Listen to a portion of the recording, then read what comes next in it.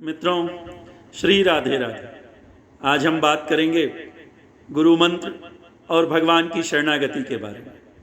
क्या करें कि हमें भगवान की शरण प्राप्त हो, क्या करें कि हमें भगवान की अनन्य भक्ति प्राप्त हो, भगवान का आश्रय प्राप्त हो। इसके लिए सर्वप्रथम हमें गुरु मंत्र प्राप्त करना होगा, अपने गुरु बनाने होंगे, उनसे गुरु दीक्षा लेनी होगी और उन मंत्रों का जब हम निरंतर जाप करते रहेंगे हमें भगवान की शरणागति प्राप्त हो जाएगी।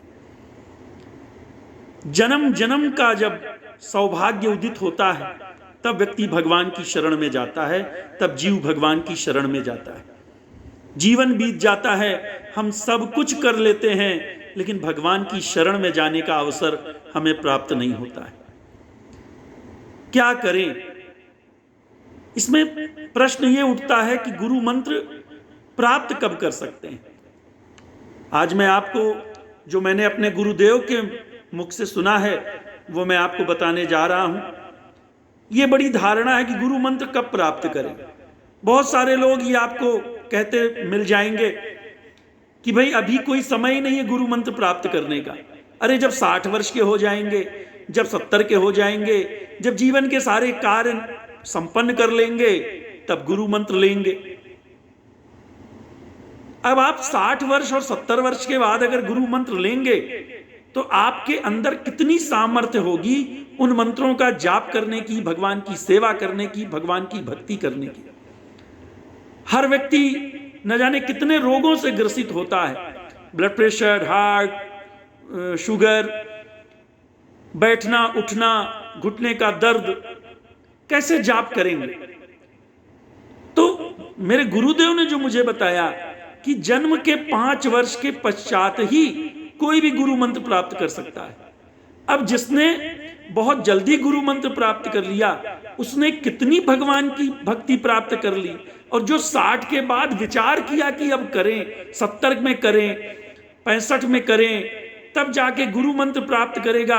अब उसके बाद उसका उठना बैठना मुश्किल है, उसके बाद उसके मुंह से जाप शुद्ध निकल नहीं रहा है, किस प्रकार की भक्ति आप कर पाएंगे। फिर हम यहां पर किसको छल रहे हैं?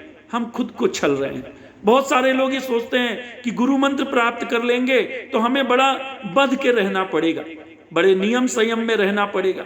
तो अच्छी बात है, अगर गुरु मंत्र प्राप्त करने से जीवन का कल्याण होता है, हमारे आचार विचार शुद्ध होते हैं, हमारा जीवन नियम संयम में बंध जाता है, तो ये तो बहुत अच्छी बात है।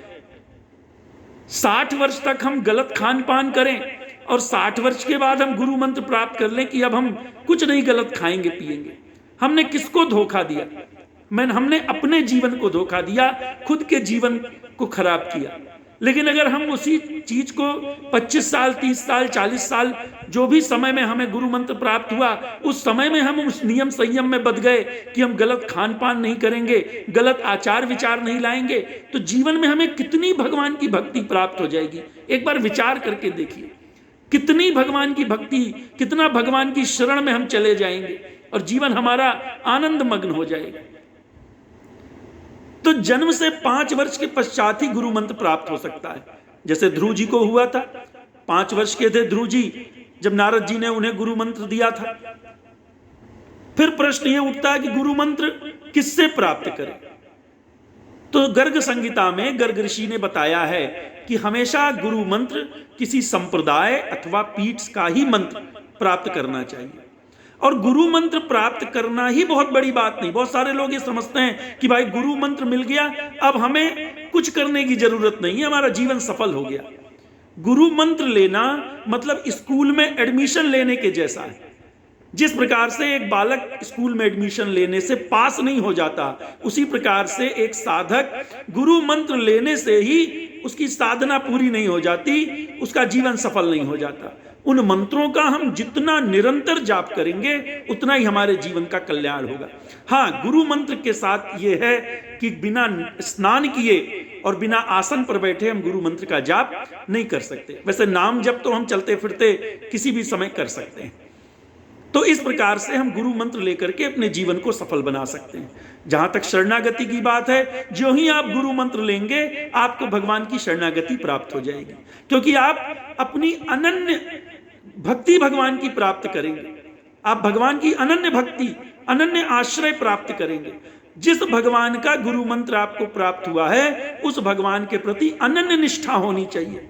जीवन में सुख है तो भगवान का धन्यवाद, जीवन में दुख है तो भी भगवान का धन्यवाद। जैसा भी जीवन है भगवान के चरणों में रहना है, उनका मंत्र जाप करना है, उनकी शरण में रहना है।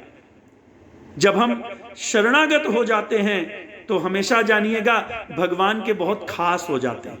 वैसे तो सभी जीव भगवान के अपने हैं, लेकिन जो जीव भगवान की शरणागति ले लिया कि मेरा सब कुछ अब भगवान की शरण में है, मैं अपना सब कुछ छोड़ करके भगवान की शरण में हूं, इसका यह मतलब नहीं कि आप कोई कर्म नहीं करेंगे, आप अपने सारे अच्छे कर्म करते हुए भगवान की शरण में रहेंगे, सब कुछ भगवान के ऊपर छोड़ेंगे और अपना कर्म करते रहेंगे।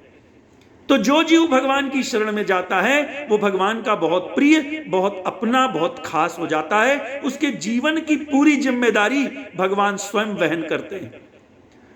जैसे एक उदाहरण देखिए कि यदि हम सड़क से जा रहे हैं और कोई व्यक्ति गिरा पड़ा है, हमें बड़ा कष्ट होता है उसे देख करके, अरे इसे उठा लेते, अरे इसकी मदद कर देते, अरे इसे हॉस्पिटल पहुंचा देते, लेकिन हम चाह करके भी उसकी मदद नहीं कर पाते, क्योंकि तुरंत हमें याद आता है कि हमें ऑफिस पहुंचना है, हमें इंटरव्यू में पहुंचना है, हमें एयरपोर्ट पहुंचना है, हमारी तो मीटिंग है, बहुत सारे कार्य हैं।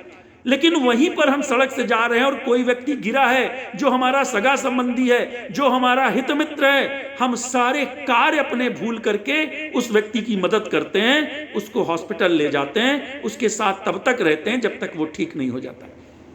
इसी प्रकार से भगवान भी अपने उन जीवों की रक्षा का दायित्व स्वयं संभालते हैं जो उनकी शरण में जाता है, जो उनकी शरणागति प्राप्त करता है। भगवान सदा उसकी रक्षा करते हैं, उसका कल्याण करते हैं और उसको कभी गिरने नहीं देते हैं।